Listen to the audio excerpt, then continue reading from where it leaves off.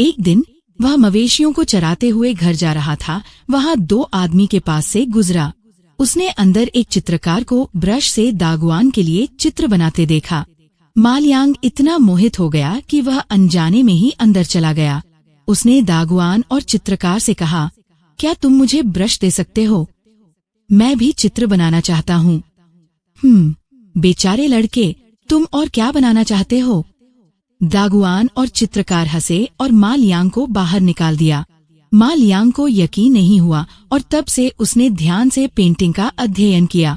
वह जलाऊ लकड़ी इकट्ठा करने के लिए पहाड़ों पर गया और रेत पर आकाश में पक्षियों को बनाने के लिए शाखाओं का इस्तेमाल किया। वह घास काटने के लिए नदी पर गया और घास की जड़ों का इस्तेमाल करके नदी के किनारे पानी में बादल बनाए। उसने जो कुछ भी देखा उसे चित्रित किया। दिन बीतते गए और मालयांग की पेंटिंग में तेजी से सुधार हुआ, लेकिन उसके पास अभी भी ब्रश नहीं था। वह कितना चाहता था कि उसके पास ब्रश होता। एक रात वह अपने बिस्तर पर लेटा हुआ था और एक सफेद दाढ़ी वाला बूढ़ा आदमी उसके सामने प्रकट हुआ।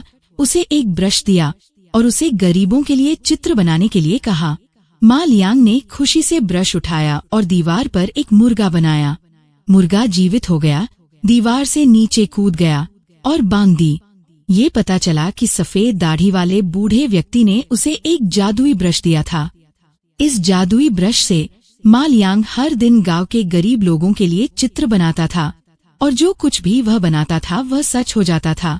उसने एक बूढ़े किसान के लिए एक बड़ा बैल बनाया और बैल हल चलाने के लिए खेत में चला गया।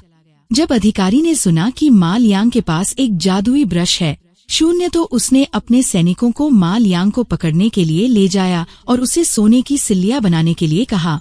मालयांग ने उसके लिए चित्र बनाने से इनकार कर दिया, इसलिए उसे जेल में बंद कर दिया गया। आधी रात को पहरेदार सो गया। मालयांग ने जादुई ब्रश का उपयोग करके दीवार पर एक दरवाजा बनाया और उसे धक्का दिया और दरवाजा खुल गया। मालयांग और जेल में बंद गरीब लोग भाग निकले। अधिकारी और सैनिक उसका पीछा करने आए, लेकिन मालयांग ने एक तेज घोड़ा खींचा और मुर्गा घोड़े पर चढ़ गया और भाग गया। अधिकारी और सैनिक कैसे पकड़ सकते थे? एक दिन मालयांग सूखे से त्रस्त क्षेत्र में लोगों को पानी खींचने में मदद करने के लिए एक पानी का पहिया बना रहा था।